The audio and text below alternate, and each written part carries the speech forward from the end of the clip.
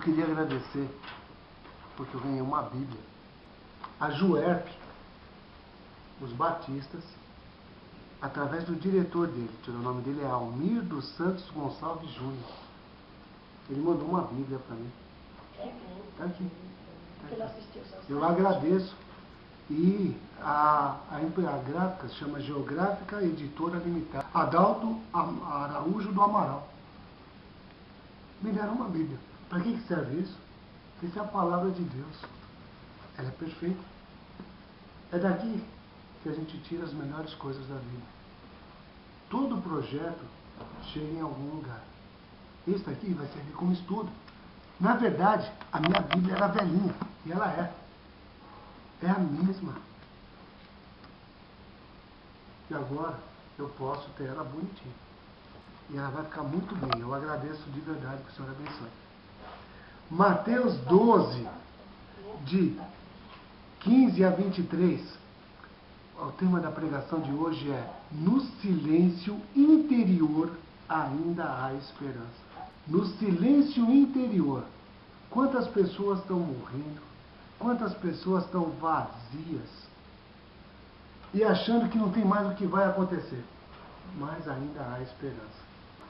O texto diz de Mateus 12, de 15 a 23, diz assim: Jesus, percebendo isto, retirou-se dali.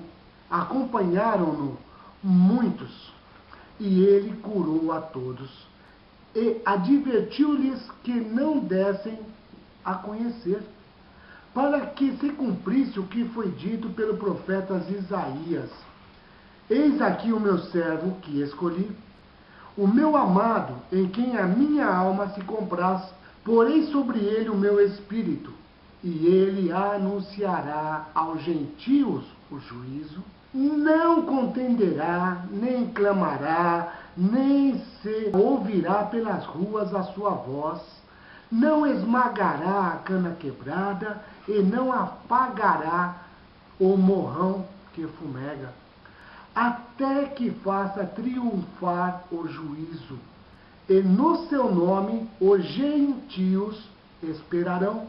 Trouxeram-lhe então um endemoniado, cego e mudo, e ele o curou, de modo que o mudo falava e via. E toda a multidão maravilhada dizia: é este, porventura, o filho de Davi? As palavras de Jesus eram assim. Percebendo Jesus a situação, saiu. Que situação que Jesus percebeu? Ele percebeu que estavam maquinando para matar ele. Os fariseus estavam fazendo aquela reunião poderosa de morte. Ou seja, aqueles que conheciam a Bíblia, conheciam a palavra, estavam mais uma vez se colocando contra ela. Jesus saiu. E Jesus começou a formar um novo conjunto. A multidão seguiu eles. Marcos fala que era de diversas regiões, mas diversas regiões, entenda, regiões de outras cidades e lugares. Ele estava ali perto do mar da Galileia.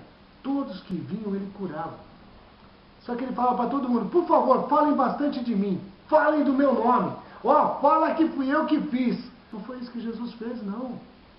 Jesus estava jurado de morte e ele permitia que as pessoas chegassem diante dele e as curavam. Ou seja, uma pessoa que estava vivendo problemas e mesmo assim ele liberava, mudava. Olha só a diferença. Nesse mesmo tempo, nesse mesmo instante, os demônios, segundo o livro de Marcos, diz que eles estavam falando o seguinte: este é o Filho de Deus. E Jesus falando assim: cala a boca, vocês não podem falar isso. Jesus não estava procurando holofote. Jesus estava procurando cumprir a vontade de Deus. Se Jesus só fosse um milagreiro, que é o que muitos esperam, Jesus não conseguiria fazer o projeto dele. Ele é Salvador. Ele é aquele que muda, aquele que veio trazer vida num plano redentor eterno. Um plano redentor que diz o seguinte: não interessa o quão bom eu sou, eu não faço nada para me pôr no céu, porque eu não tenho isso. Quem me dá é Jesus. Ah, mas significa que se eu for bom demais eu chego? Não chego. Jesus falou para todo mundo, eu não quero que vocês falem a meu respeito. Eu não quero que vocês saiam pregando e falando que eu estou curando, que eu estou mudando. Não, eu não quero. Eu não quero esse holofote. Eu não quero essa presença. O que eu quero é que vocês recebam o que eu tenho para dar. E enquanto ele fazia isso, o profeta Isaías, de 600 anos antes, estava sendo lembrado. Porque o profeta Isaías dizia, eis aí o meu servo, aquele em que meu coração se apraz, ou seja, aquele em quem eu fico alegre, aquele que realmente faz o que eu espero. Esse não vem fazer show, ele vem fazer mudança, ele vem trazer verdade, ele vem mostrar que as coisas podem ser vistas por um ângulo diferente. Você não precisa olhar o problema, você tem que olhar a solução. O problema é simplesmente o meio pelo qual você vai resolver. Lembram-se na escola, no passado, quando a professora dizia, vou ditar o problema. O que era problema? Era uma coisa difícil ou era uma coisa que você já conhecia e tinha capacidade de resolver? Parece que os anos passados nós esquecemos. Hoje o problema é algo insolúvel, que a gente parece um avestruz que quer enfiar a cabeça dentro da terra. O problema é simplesmente o meio pelo qual nós vamos ter uma vitória. É o meio pelo qual nós vamos achar a resposta e caminhar. O povo de Israel, certa vez, teve um problema. Eles tinham o mar na frente deles e atrás os inimigos. Os inimigos vindo com carros e eles andando a pé. Pergunta, o que faria se fôssemos qualquer um de nós? Quase com certeza diríamos, levantava a mão e dizia, não, eu volto para o Egito, que o Egito é meu lugar. Todo mundo olhou para Moisés e falou, Moisés, olha a situação que você nos colocou. Moisés falou, pera um pouquinho, deixa eu falar com Deus, que Deus me mandou vir para cá. Tenho certeza que Deus não ia colocar a gente numa situação difícil que a gente não pudesse resolver. Ele orou a Deus. E a resposta veio claríssima. O mar vai se abrir e a sua impossibilidade vai se tornar a sua solução e a morte dos seus opressores. Aqueles que se oprimem serão tragados pelas águas que vão trazer para você a solução. Mas o problema, nos dias de hoje, parece que não é assim mais. Ele funciona por um outro caminho. Jesus estava, de novo, sentenciado de morte. As pessoas tramando para falar como vão matá-lo, como ele deve morrer. E Jesus dizendo, poxa, o povo ainda não entendeu que eu sou o Messias. Sabe o que é Messias? Ungido. Eu sou o Filho de Deus. Os demônios estão falando, mas o povo não consegue entender. Eles acham que eu sou mais um, e pior de tudo, atualmente eles acham que eu sou curandeiro. Jesus, quietinho, permitiu que uma nação inteira fosse passada de lado, e nós que somos gentios, foi aberto o caminho. Isaías, como eu falei, 600 anos antes, estava profetizando e dizendo, os gentios nele esperarão. Estava falando de Jesus, do ungido, do especial, daquele que não vinha só para dar cura, ele vinha para fazer mudança, dar a vida eterna.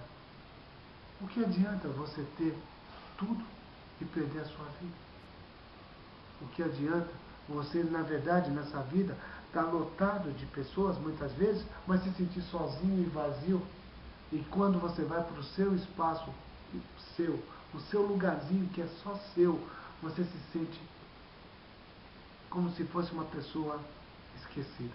Isso não é privilégio de pobre não, viu? Muitos ricos passam por isso. Eles sentem um vazio enorme. Eles vivem na solidão e não têm a solução. Jesus falou, eu não estou preocupado com o que vocês têm. Eu não estou preocupado qual é o seu problema. Se lerem o livro de Marcos, ele é um pouquinho mais cuidadoso. Ele fala o seguinte, a multidão, cada um tinha um problema, e corria em cima de Jesus para tocar em Jesus. E Jesus falou para os discípulos, prepara um barco que eu vou ter que ir para o barco, porque a situação está ficando difícil. Porque imagina você que tem um problema e quer uma solução. Você atropela todo mundo. Vira tumulto. Deus não trabalha na esfera do tumulto. Ele trabalha na esfera do silêncio. Ele trabalha muitas vezes, isso é um livro e eu só vou usar o nome dele, no turno da noite. Deus trabalha no turno da noite, naquele momento que você acha que é impossível, quando as suas forças já exauriram e você já não sabe o que fazer. Nesse exato momento, o poder de Deus vem. A glória do Senhor se manifesta. E tudo que parecia impossível começa a se tornar possível. Trouxeram-lhe, então, o endemoniado cego e mudo. O que é cego? Não vê? E mudo? Não fala? Qual o teu valor para a sociedade? Esse daí ainda estava endemoniado. Então talvez ele fosse aquele revoltado, fizesse barulho, se chacoalhasse. Chegou perto de Jesus e o que aconteceu? Nem ele conseguiu mais manter o problema dele. Quem disse que ele foi lá pedir? Levaram ele. O poder de Deus trabalha. Não é quando você está pedindo, não. Muitas vezes, ou na maioria das vezes, o poder de Deus opera quando pessoas se reúnem e estão orando pela sua vida, e estão trabalhando por você, e você nem sabe que isso está acontecendo, e a glória de Deus se manifesta, e você tem a sua solução acontecida. Nesse projeto, o que nós fazemos aqui é orar por famílias, orar por pessoas, levar de novo luz aonde se perdeu a luz. Porque tem muita gente dentro da igreja, ou de diversas igrejas, que já perderam há muito tempo a razão do Cristo. Eles só têm a imagem, o estereótipo e aquilo que traz de valor, aquilo que agrega, mas perderam a essência. A baunilha, que todo mundo gosta, ela vem da onde? Qual é a flor que dá baunilha? Quem sabe?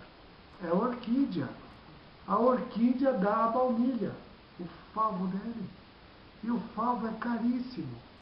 Dá uma sementinha, uma gosminha lá, quando ela está morrendo, não é quando ela está vivendo, não. E as pessoas vendem aquilo por valor absurdo. Jesus é essa essência. O valor dele é inestimável. É alguma coisa que está sobre tudo. Porque ele deu o exemplo, inclusive quando veio na terra, ele o texto que nós lemos. Porque esse texto está dizendo: ei, vocês que não tinham valor nenhum, para vocês, eu vou fazer com que vocês aprendam a esperar e confiar em mim. Porque a salvação vem dos judeus. A salvação vem daqueles que eu chamei desde Abraão. A salvação vem dali. Para eles eu dei. Se eu tiro alguém de algum lugar e mudo a situação dele, eu estou salvando. Eu estou mudando. Eu estou alterando. Trouxe e falou: eu quero um povo peculiar que fale e olhe para mim, e que tudo que eu faça, eu possa sentir alegria em fazer. Esse povo era judeu. Só que Isaías, 600 anos antes do nascimento de Cristo, falou: o meu amado, aquele em quem eu amo. Deus falando de Jesus. Para esse, eu vou permitir que os gentios esperem nele. Para esses, eu vou mostrar que a vida tem valor. Mas e quando eu sou esquecido, como as pessoas fazem? Deus nunca te esquece. Pode uma mãe esquecer do seu filho, mas o seu Deus nunca vai esquecer de ti. Jesus está falando isso. E sabe, as pessoas não estavam entendendo. As pessoas continuavam ainda só querendo a cura, só querendo a solução dos problemas. E Jesus está falando: isso é pequeno porque eu tenho. O que eu tenho é muito maior. Aquilo que está te incomodando agora não é nada comparado ao que está me incomodando. Jesus falou: minha vida se foi. Já estão tramando sobre mim. E que mal eu fiz?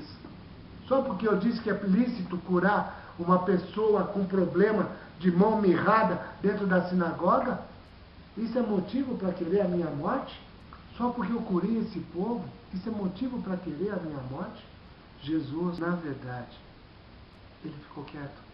Ele parou frente à incredulidade daqueles que eram dele. Jesus veio dar vida e vida em abundância.